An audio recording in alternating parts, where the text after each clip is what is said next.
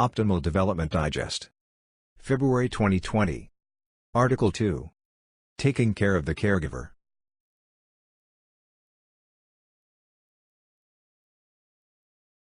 The job of becoming the primary caregiver for your aging parent is universally recognized as one of the most difficult transitions we can go through.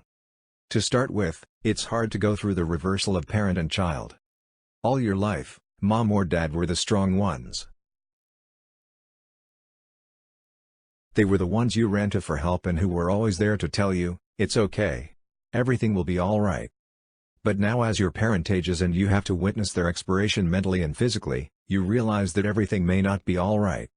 Especially if your parent is going through a slow decline of a terminal illness. When the only outcome of what you are dealing with in your parent's life is their demise.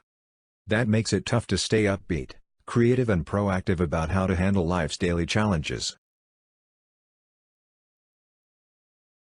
The task of caring for an elderly parent is overwhelming. You have concerns about their finances, their medications, the progress of their disease if they are battling something terminal, their mental state, their diet and their emotional state as well. It's easy to begin to hover around your senior citizen in an emotional attempt to block any more harm from coming to him or her. This is a parenting instinct and one that your dad and mom probably will not resist because they want to be cared for. You feel the anxiety of your parent and the fears they face as the months and years ahead hold uncertain dangers and a certain outcome. So there is an instinct as a caregiver to give 100% of your time, your energy and your resources to caring for that elderly loved one. The problem is that you, the caregiver, do have other obligations other than caring for your loved one. You may have a job, a family and your own health and upkeep to think about.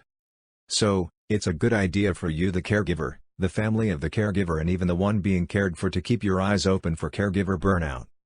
Help the one who is trying so hard to take care of grandma or grandpa to also take care of themselves so they will hold up for the task at hand.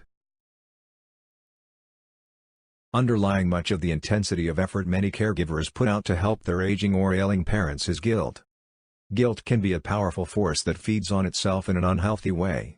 Sometimes during the process not only does the primary caregiver feel guilty that mom or dad are even having to go through age-related illness, they feel guilty for any time they take for themselves or to care for their own needs or the needs of their family.